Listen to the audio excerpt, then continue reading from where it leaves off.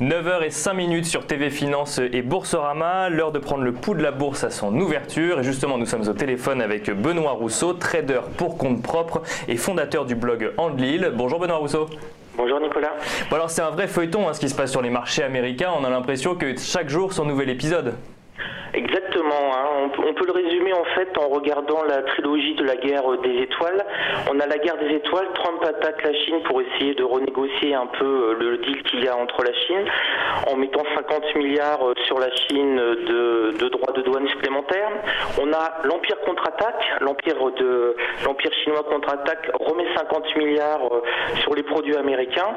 On a un soulagement, Donald Trump ne réagit pas trop, il fait même un tweet, puisque c'est Monsieur Tweet, qui dit qu'il ne veut pas de guerre avec la Chine, et ça a permis au marché de décoller et de remonter de manière très très spectaculaire, notamment hier.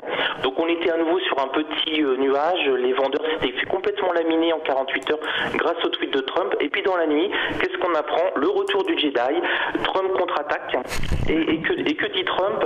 Il dit les Chinois nous en ont mis pour 50 milliards, très bien, je demande à mon administration d'en mettre pour 100 milliards, donc c'est le retour du Jedi, c'est X2, si les Chinois en avaient fait pour 60, ils en auraient fait pour 120, donc on a à nouveau un climat de tension. Conclusion, qu'est-ce qui s'est passé? Tous les marchés futurs américains ont dévissé, on a eu le Dow Jones qui a perdu plus de 250 points au cours de la nuit, tous les indices américains à moins 1%, ça a été une hécatombe. Alors il n'y a pas de panique, c'est à souligner, le Japon a sorti quasiment flat, par contre il y a quelque chose qui peut être légèrement inquiétant, notamment pour le début de semaine prochaine, c'est qu'on n'a pas de réaction de la bourse chinoise. Pourquoi? Parce qu'ils sont fermés, ça fait 48 heures que la bourse chinoise est fermée, ils ont des fêtes et on n'a pas de réaction. Donc peut-être que lundi ou mardi, on peut avoir une réaction violente de la bourse chinoise face à ce bras de fer. Ils peuvent ouvrir par exemple en très forte baisse et entraîner à la suite les marchés japonais. Et puis nous, en Europe, à 8 heures du matin, on encaissera cette vague-là. Donc il va falloir faire extrêmement attention. Trump souffle le chaud et le froid.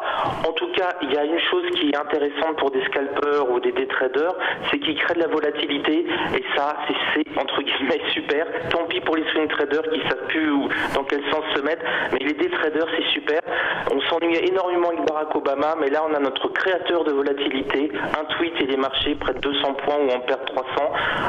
Bon, c'est sympa à titre individuel, mais vraiment, il faut faire très très attention parce qu'on est sur des marchés dangereux qui sont gouvernés par des tweets et on ne sait pas du tout ce qui peut arriver ce matin, et donc surtout ce week-end, donc prudence pour vendredi, conserver des positions pour être peut-être très très très risqué.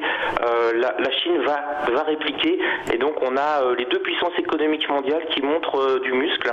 Je t'en colle pour 50 milliards, je t'en colle pour 50 milliards, je te double la somme pour 100 milliards.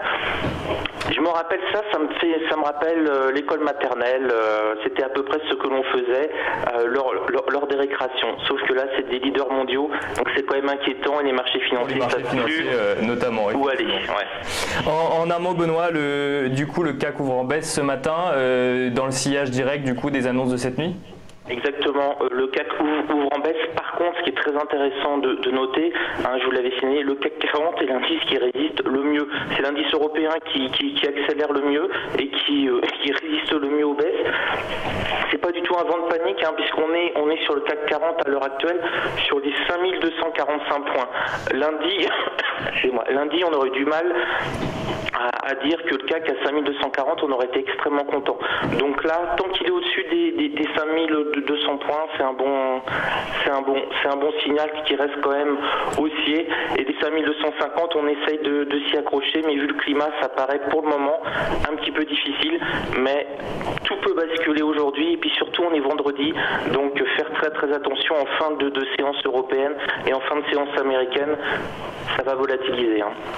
Merci beaucoup Benoît Rousseau. Je rappelle donc que vous êtes trader pour compte propre et fondateur du blog Andlil.